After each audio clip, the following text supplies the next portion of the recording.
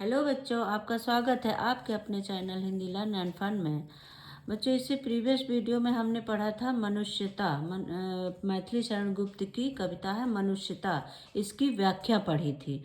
आज हम करेंगे इसके प्रश्न उत्तर, मनुष्यता के प्रश्न उत्तर। तो देखिए, पहला प्रश्न क्या है। कवि ने कैसी मृत्यु को सुमृत्यु कहा है। ठीक है, तो इसमें क्या कहा गया है कि कवि किस तरह के व्यक्तियों को कहता है कि मृत्यु नहीं उनकी सुन्नति है, मतलब उनको कैसे लोग याद करते हैं, कैसे लोगों को कहा गया है। कवि कहते हैं कि मनुष्य ने जन्म लिया है तो समय अनुसार मृत्यु को अवश्य प्राप्त होंगे। ये है कि यहाँ पर जो जन्म लेता है वो मरता जरूर है, ठीक है।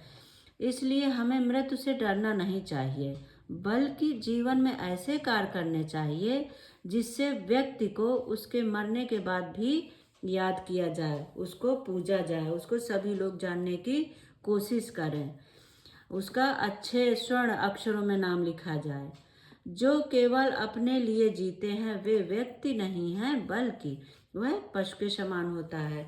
कवि ने इसमें यह कहा है कि जो व्यक्ति अपने लिए जीता, अपने लिए सब कुछ करता है, वह पशु के समान ही है। जिस तरह से पशु स्वयं अपना घास चरता है, उसे किसी से मतलब नहीं होता है, तो ऐसे मनुष्य पशु के समान ही होते हैं।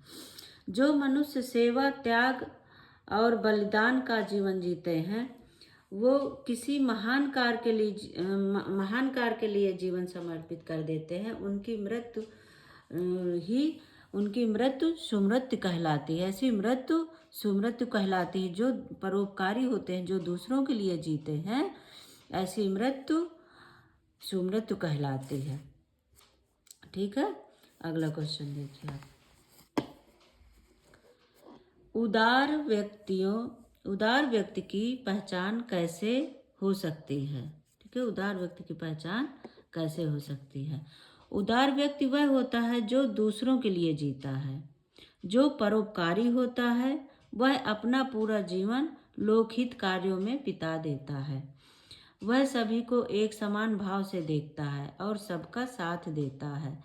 कवि और लेखक भी उसके गुणों की चर्चा अपने लेखों में करते हैं। जो दूसरों के लिए काम करते हैं, जो परोपकारी होते हैं, उनके बारे में किताबों में भी लिखा जाता है और लोग उनको जानने की कोशिश भी करते हैं। जैसे आज भी कई किताबें हम लोग पढ़ते हैं उनके बारे में। इसी कविता में हमने पढ़ा है, जैसे कर्ण है, रंती देव हैं, ये सब।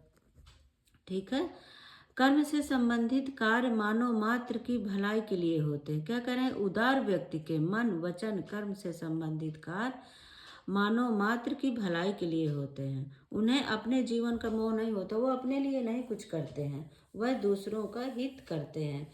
प्रेम, भाईचारा और परोपकार का भाव उनकी पहचान होती है। ठीक है बच्चों, तो ये दूसरे प्रश्न का हो गया। मतलब आप चाहें तो इसका स्क्रीनशॉट भी ले लें, इसलिए मैंने लिख के दिखाया आप लोगों को। ठीक है, अगला देखते हैं प्रश्न। प्रश्न तीसरा क्या कह रहा है। कवि ने दधीच, कर्ण आदि महान व्यक्तियों का उदाहरण देकर मनुष्यता के लिए क्या संदेश दिया है। ठीक है, कवि ने दधीच, कर्ण आदि महान व्यक्तियों का उदाहरण देकर त्याग और बलिदान का संदेश देता है कि किस प्रकार से इन लोगों ने अपनी परवाह किए बिना लोकहित के लिए कार्यों को किया है। ठीक है, जैसे दधीच ने क्या किया था, उन्होंने अपनी हड्डियां दे दी थी औजार बनाने के लिए, देवताओं की रक्षा के लिए। कर्ण ने अपना पूरा वही दे दिया था सोने का, कि इससे, जबकि उसको देने के बाद उनका जीवन भी समाप्त हो गया था। ठीक है, तो ये उदाहरण देकर बलिदान का संदेश देता है कि किस प्रकार इन लोगों ने अपनी परवाह किए बिना लोकहित के लिए कार्यों को किया है। दधीच ने देवताओं की रक्षा के लिए अपनी हड्डियां दान दिया था। ठीक है, कर्ण ने अपना सोने का रक्षा कवच दान में दे दिया था। रंती, जो भूखे रंती देव थे, उन्होंने अपनी भोजन की थाली दे दिया था। उनके सामने भोजन का थाल रखा था, लगाया उनके लिए, लेकिन उन्होंने अपना भोजन से भरा थाल दे दिया था। राजा उशीनर, कौन थे, राजा उशीनर ने कबूतर के लिए अपना मांस दे दिया था गिद्ध को, ठीक है, कि आप इस कबूतर को मत खाओ और मेरा मांस ले लो।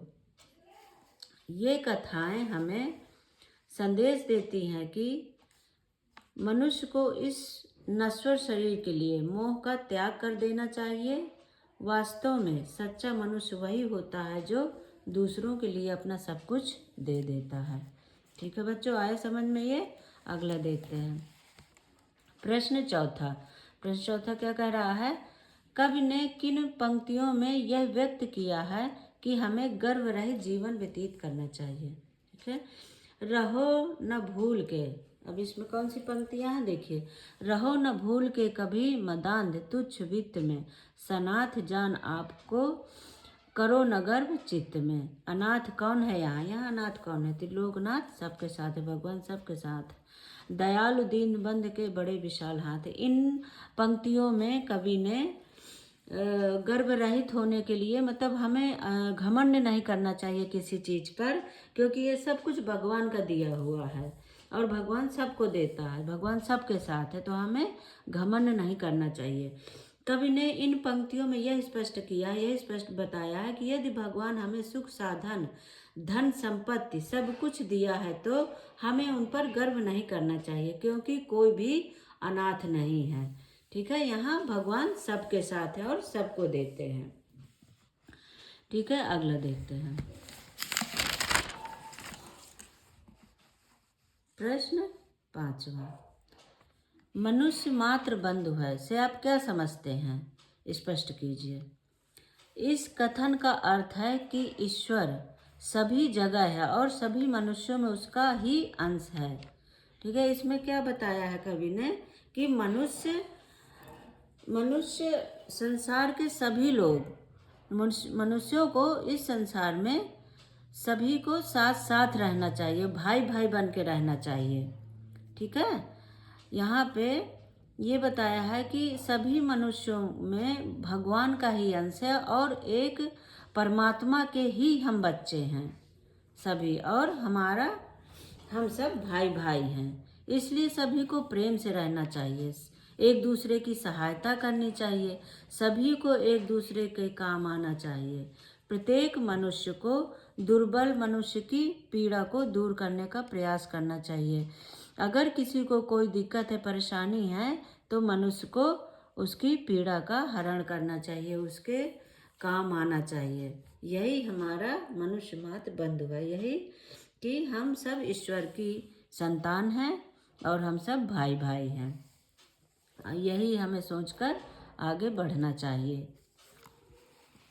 अगला प्रश्न है प्रश्न 6, कवि ने सबको एक होकर चलने की प्रेरणा क्यों दी है? कवि ने सभी को एक होकर चलने की प्रेरणा इसलिए दी है क्योंकि एकता में बल होता है। ठीक है, जब हम मिलजुल कर किसी काम को करते हैं तो वो काम हमारा बड़ी आसानी से हो जाता है, हमें वो कठिन नहीं लगता है, किसी भी हम मुसीबत का सामना कर लेते हैं। ठीक है, तो यही इस कविता में कवि ने बताया है कि हम सबको मिलजुल कर करना चाहिए और एक दूसरे की सहायता करनी चाहिए। प्रेम भाव से रहने से हमारे सभी कार्य आसानी से हो जाते हैं। जब हम एक प्रेम से रहते हैं तो इससे हमारे सभी काम आराम से हो जाते हैं और हमारे अंदर बहुत खुशी भी होती है कि हमने ये काम किए, और ऊंच नीच का भेदभाव भी नहीं होता है, क्योंकि हम सब एक हैं और एक ही ईश्वर की संतान हैं। हमारे पिता एक ही हैं, परमेश्वर, हम सब उन्हीं की संतान हैं। इसलिए सभी को प्रेम भाव से रहना चाहिए, सबकी सहायता करनी चाहिए, हमें मिलजुल कर चलना चाहिए। ठीक है, अगला प्रश्न देखते हैं। व्यक्ति को किस प्रकार का जीवन व्यतीत करना चाहिए? इस कविता के आधार पर लिखिए। कवि कहना चाहता है कि हमें ऐसा जीवन व्यतीत करना चाहिए जिसमें दूसरों की भलाई हो। क्या कह रहा है इसमें कवि कि हमें ऐसा जीवन जीना चाहिए, हमें ऐसा रहना चाहिए कि हम हमेशा दूसरों के काम आए, हमें दूसरे की पीड़ा महसूस हो। ठीक है, मनुष्य को अपना स्वार्थ त्याग कर दूसरों के भलाई के लिए सोचना चाहिए। हर चीज में उसे ऐसा ना हो कि अपना पहले देखे बाद में दूसरे का। अपना भला हो जाए, दूसरा कुछ करे या ना करे, ठीक है, उसका हो या ना हो। कोई दूसरा परेशानी में है, ऐसा नहीं है कि हम उसे छोड़कर चले आए। तो यही कवि इस कविता में कह रहा है कि हमें दूसरों की भलाई के बारे में भी सोचना चाहिए, क्योंकि जब दूसरों का भला होता है तो हम अपने आप ही खुश हो जाते हैं। जो मनुष्य सेवा, त्याग और बलिदान का जीवन जीते हैं और किसी महान कार्य की पूर्ति के लिए अपना जीवन समर्पित कर देते हैं, जो व्यक्ति, क्या कह रहे हैं इसमें कवि, कि जो मनुष्य दूसरों की सेवा करता है, त्याग की भावना रहती है, बलिदान रहता है, परोपकारी रहता है, ऐसे लोग क्या करते हैं कि अपना जीवन सब दूसरों के लिए ही समर्पित कर देते हैं। उन्हें अपने सुख और आराम से कोई मतलब नहीं होता है, ठीक है।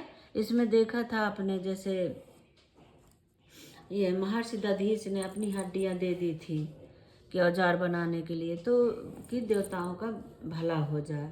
तो वही यहाँ बता रहे हैं उनकी। ऐसे ऐसे ही यहाँ पे बहुत सारे लोग आए हैं जो दूसरों के लिए ही जीते रहे हैं, अपना राजपाट सब कुछ उन्होंने छोड़ दिया है। उन ऐसे लोगों की ही मृत्यु सुमृत्यु कहलाती है। उनके गुणों और बलिदान को हमेशा लोग याद करते हैं, किताबों में लिखा जाता है, ठीक है, उन्हें लोग पूजते हैं, हमेशा उन्हें लोग जानने की कोशिश करते हैं। तो ऐसे व्यक्ति ही, परोपकारी व्यक्ति ही यहाँ संसार में अच्छे के लिए ही जाने जाते हैं। अगला प्रश्न क्या है?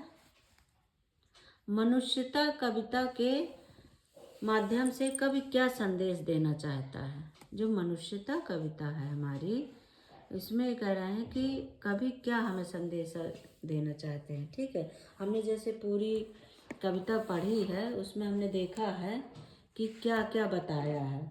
एक तो देखिए, पहले यही बताया उन्होंने कि हमारा जीवन जो है, हमने जन्म लिया है तो हमें मरना जरूर है, ठीक है। तो मृत्यु से नहीं डरना चाहिए और हमें जानवरों सी प्रवृत्ति नहीं रखनी चाहिए, हमेशा दूसरों की भलाई के बारे में सोचना चाहिए।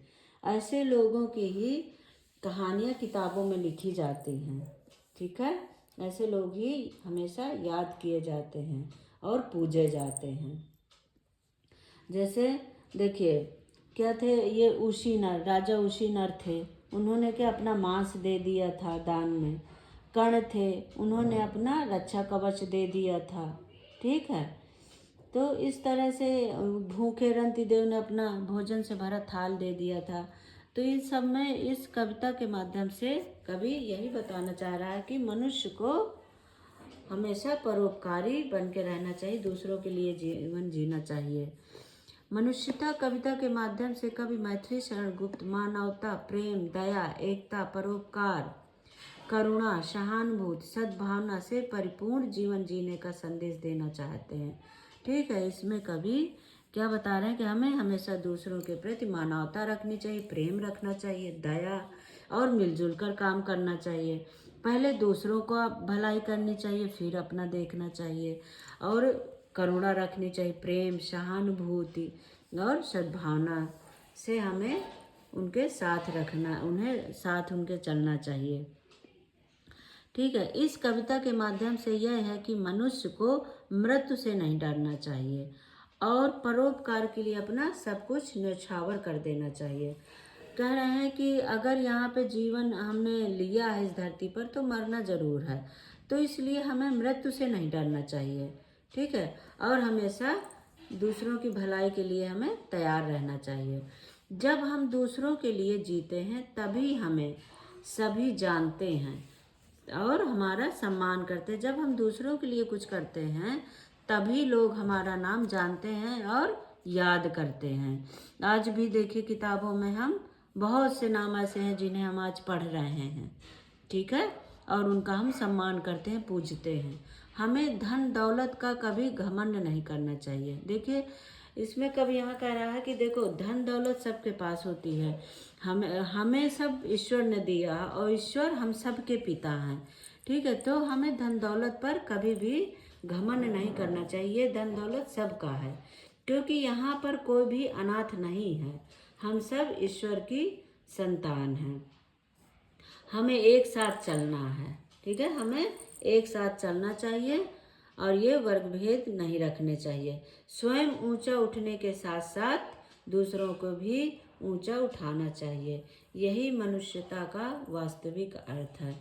तो इस मनुष्यता कविता में कवि ने यही बताया है कि हमें सभी के प्रति प्रेम दया का भाव रखना चाहिए, सबकी सहायता करनी चाहिए, मिलजुल कर आगे बढ़ना चाहिए। आप सब इसमें अगर कविता आपने ये पढ़ी है और आप मेरी वीडियो देखिएगा, आप इसके प्रश्न पढ़कर अपने आप ही इसके आंसर आप दे देंगे, ठीक है। तो यही बता, मनुष्यता से यही है कवि का तात्पर्य कि आप दूसरों को भलाई के साथ दूसरों की भलाई करें और इसमें अपना भी भला होता है, ठीक है। तो ये हमारे हो गए मनुष्यता कविता के प्रश्न उत्तर, जो कि आपके पेपरों में आते ही आते हैं। अगर इसमें कोई परेशानी हो, कुछ हो, तो आप ज़रूर बताएं। और देखिए, इसमें प्रश्न दूसरी तरह से भी पूछ लिए जाते हैं, ठीक है। तो आप जब इसका अर्थ अच्छे से पढ़ेंगे, समझेंगे, तो आप इनके प्रश्नों का किसी भी तरह से घुमा के वो पूछेंगे, आप आंसर ज़रूर लिखाएंगे, ठीक है। कई बारी वो इन्हीं प्रश्नों को घुमा देते हैं, तो बस प्रश्न आप उन्हें ज़रूर 2-3 बार पढ़ें और उन्हें समझने की कोशिश करें। उनका आंसर इन्हीं में लिखा होगा, इन्हीं में मिल जाएगा जितना मैंने आपको पढ़ाया है। बस एक बार प्रश्न को गौर से पढ़िए, ठीक है, क्योंकि कई बार घुमा घुमा के भी प्रश्न पूछे जाते हैं। तो बच्चों, जहाँ आपको समझ में ना आया हो, आप कमेंट करिए, बताइए, और मेरी वीडियो देखिए, लाइक और सब्सक्राइब करिए और अपने दोस्तों को भी भेजिए, ठीक है बच्चों। थैंक यू बच्चों, बाय बाय।